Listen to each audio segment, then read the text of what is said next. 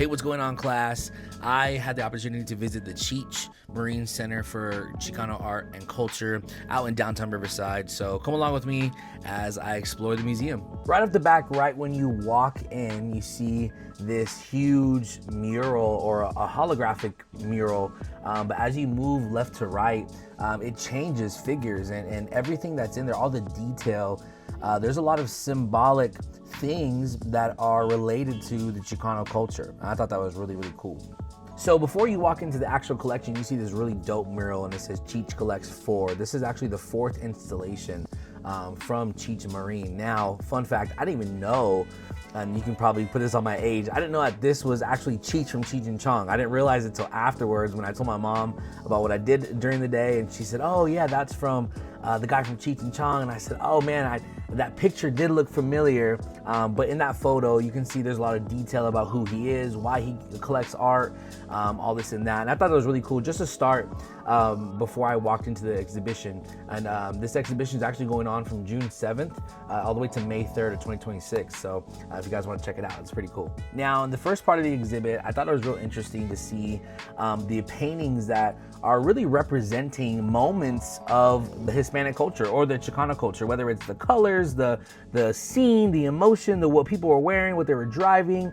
A lot of this was really dope representation of the Chicano culture. Now, Frank Romero painted this painting, and I thought this one was really, really dope. So this is called The Arrest of Paleteros. Now, if you know or have experienced an ice cream man or what we call a paletero, we know like during this time of the deportations, of all this stuff that's going on, a lot of paleteros have been arrested, have been detained, have been deported, and it's really sad. And I thought this really spoke to me because paleteros were really a big part of my childhood. As maybe after school or something, my mom, my dad would stop them, or even now to this day, the paleteros that are still out there in where my parents live, my parents, they always buy a lot from their cart so that they can really make ends meet and help them out in that way, especially in this hard time. So here are some scenes that are based out of, I believe, Los Angeles. A lot of them looks very familiar,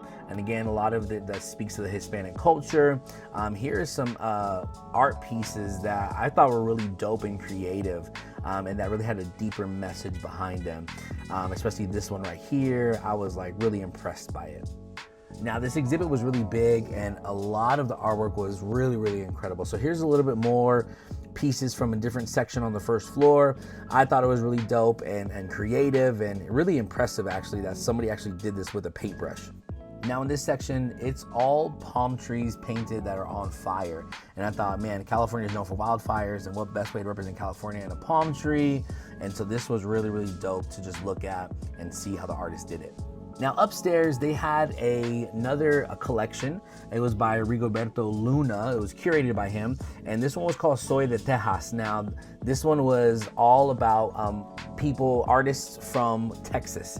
And this actually art was more sculpture based, more had a deeper meaning to, especially what immigrants are going through right now, the culture, all that stuff. And I thought it was really, really dope. This was actually my favorite part of the whole exhibit. Now, this room, I have to talk about this room. This was called video art, which was actually really cool because it just really expanded on like, man, art really could be anything. And this person just put a bunch of things together, videos together to make some representations, to send a message. Now, when I tell you this room was eerie to me, it was pretty eerie. They had this number on the screens, and I actually called the number and it was nothing.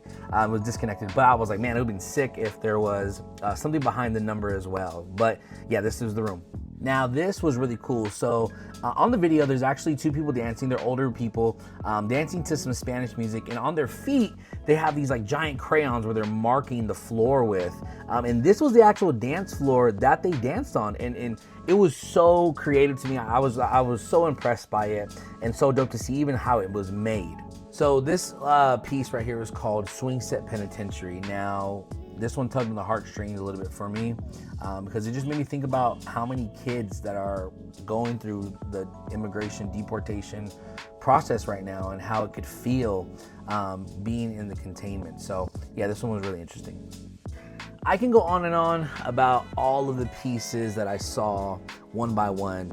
I don't want to do that. The video would be so long. So this was a really good experience for me, being my first ever art museum I've been to, being that it's the Chicano Art Museum. I thought it was really dope. I encourage you highly to visit it if you have the time.